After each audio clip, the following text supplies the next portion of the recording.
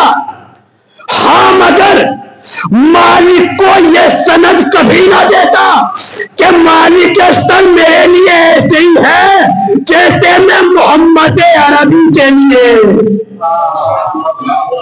یہ سند کبھی نہ ملتی مالک اشتر کو جیسے میں محمد عربی کے لیے. یہ سند نہ ملتی. یہ ہوتے ہیں علی کے چاہنے والے. یہ نہیں کہ کسی کو پریشان دیکھا اور پیچھے مڑ کے ہی نہ دیکھا, ہم راستہ پار کر گئے. نہیں, یہ علی کے چاہنے والوں کی علامت نہیں ہے میرے عزیزوں. بادشاہ کے دربار میں ایک فقیر آ گیا مانگنے کے لیے. بادشاہ نے کہا مل تو جائے گا لیکن ایک سوال کا جواب چاہیے. کیا کہ بتاؤ کہ اللہ کرتا کیا ہے؟ فقیر سے کوئی جواب نہ بنا, مایوس ہو کر لوٹ گیا. کہا آج نہیں کل جواب دے دینا, اور ہاں یاد رکھنا اگر جواب نہ لا پائے تو گردن اڑا دی جائے گی. ٹھیک ہے. مایوس ہو کر لوٹا. راستے مل گئے جناب بہلول.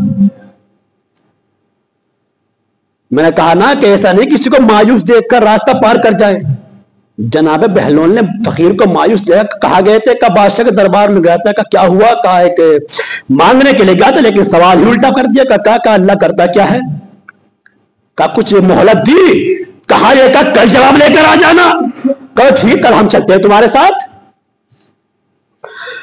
کل تمہارے ساتھ ہم چلتے ہیں.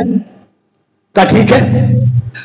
جیسے ہی صبح نمودار ہوئی, فقیر آگے آگے, جناب بہلول پیچھے پیچھے. بادشاہ نے دیکھا ہاں لے آئے جواب. کہاں دیکھو پیچھے پیچھے آ رہا ہے. جواب پیچھے پیچھے ہے. کہا اچھا. جناب بہلول آئے. کہا تم دو گے جواب؟ کہاں ہم دیں گے جواب. کہا شرط معلوم ہے؟ کہاں شرط بھی معلوم ہے. کیا شرط ہے؟ کہا اگر جواب نہ دے پائے تو گردن اڑا دی جائے گی. کہا منظور ہے اگر نہ دے پائے. کہا تو بتاؤ اللہ کرتا کیا ہے؟ کہا ایسے تھوڑے ہی. کہا تخت سے نیچے اتر کر آؤ.